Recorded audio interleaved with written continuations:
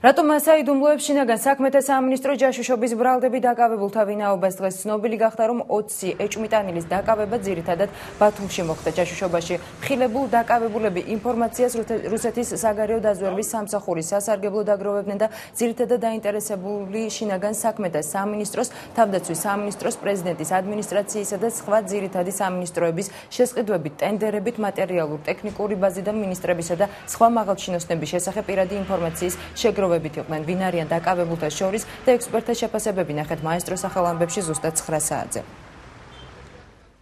დააკავეს ბათუმში. საერთოდ აქ ბრალდება 311 მოხლის, 300 კოდექსის 311 მოხლის. უცხო დაზვერვასთან თანამშრომლობა და რაღაც საკითხები, რომლებიც საქართველოს საწინააღმდეგოა. ჯერჯერობით თავს არცნობს დამნაშავედ დაკითხული არ არის ჯერჯერობით თუ მილშია და მე რა სიტყვის ვნახოთ რა სტატიას როცა დაკითხავენ.